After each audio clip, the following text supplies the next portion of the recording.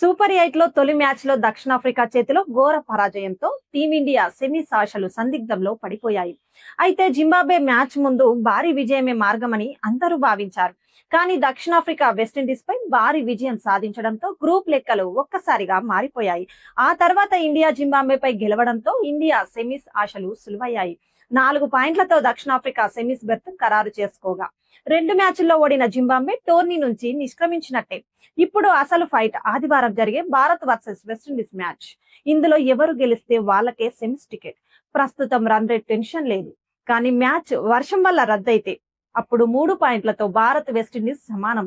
అక్కడే run rate పాత్ర కీలకం కానుంది. West Indies run rate +1.791, Bharat run rate -0.100.